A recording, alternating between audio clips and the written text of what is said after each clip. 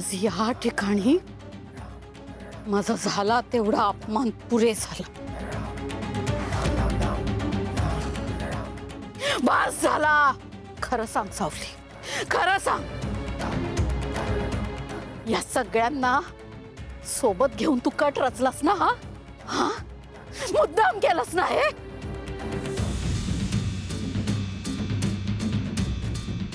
वाह वाह सावली वाह. आजवर तुझ्या अख्ख्या खानदानाला या भैरवी वजेने पोचलंय. मी माझ्या फेकलेल्या तुकड्यांवर आजवर जगलंय तुझं खानदान. त्याचे असे पांग फेडतेस? ही गुरुदक्षिणा दिलीस तुम्हाला?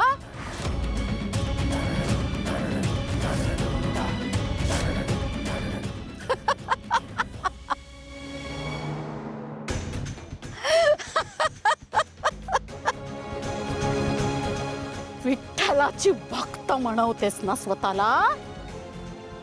विठ्ठलाच्या साक्षीने शब्द दिला होतास तुम्हाला.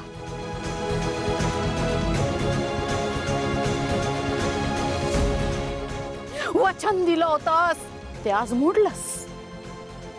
मोडलंस तू तुझं वचन. मोडलंस. माझी इतक्या वर्षांची मेहनत, माझ्या घराण्याचं नाव सगळं सगळं मातीत मिसळलंस.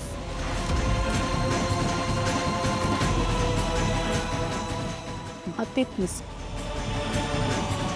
विसरणार नाही मी सावली हे कधीच.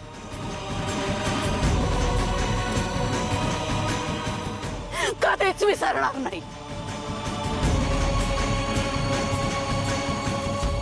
नाही बाई, मला याबद्दल काहीच माहित नव्हतं. मी मुद्दाम नाही केलं. सावली थांब. भैरवीजी, आजपर्यंत सावलीच्या घरच्यांना तुम्ही पोसलत. तुमच्या फेकलेल्या तुकड्यांवर ते आजपर्यंत जगले. तेच तुकडे, तेच सगळे पैसे इतक्या वर्षांपासूनचे व्याजासकट मी तुम्हाला परत करतोय.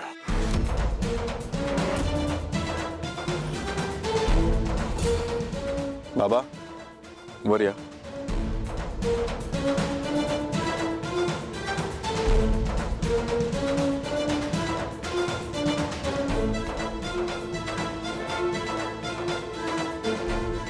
हा चेक द्या त्यांना.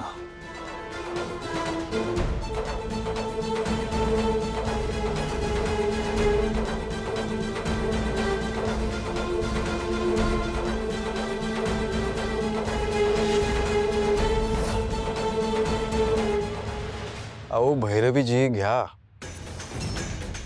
व्याजासकट परत केले. 1 कोटी.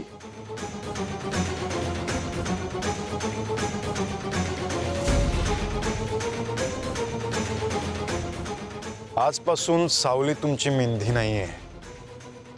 ती एक स्वतंत्र स्त्री आहे.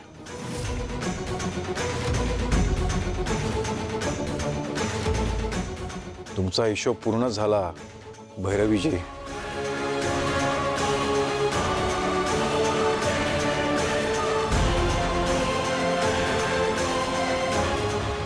बस झालं.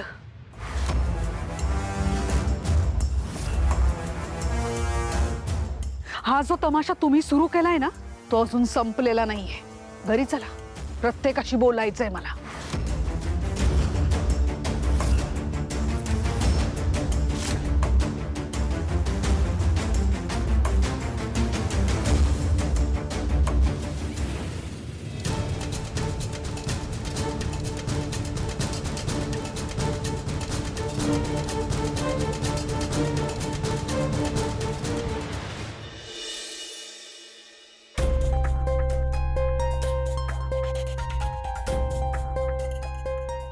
चंद्रकांतजी, मी तुम्हाला आधीच म्हटलं होतं आपण तिलोत्तमा मॅडमला थोडी कल्पना देऊया, पण तुम्ही माझं ऐकलं नाही. आता बघितलं ना काय झालंय.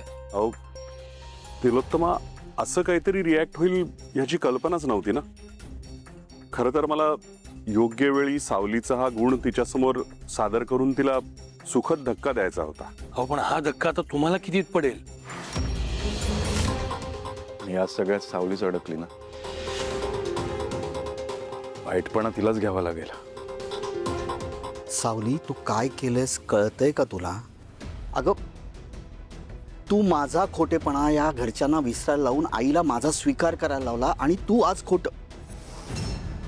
हे बघ, मी या सगळ्यात तुला एकटीला दोष देत नाहीये.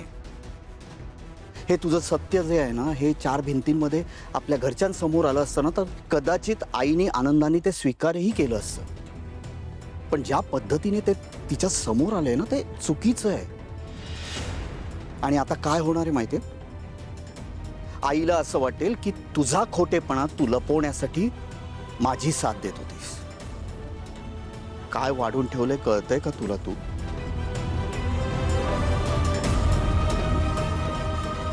नको काळजी करूस, होईल सगळं नीट.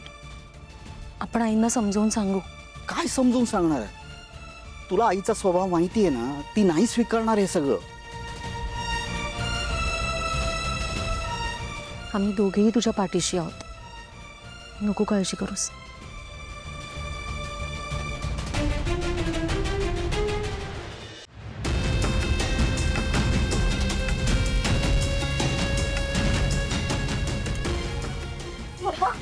मम्मा काय करतेय? मम्मा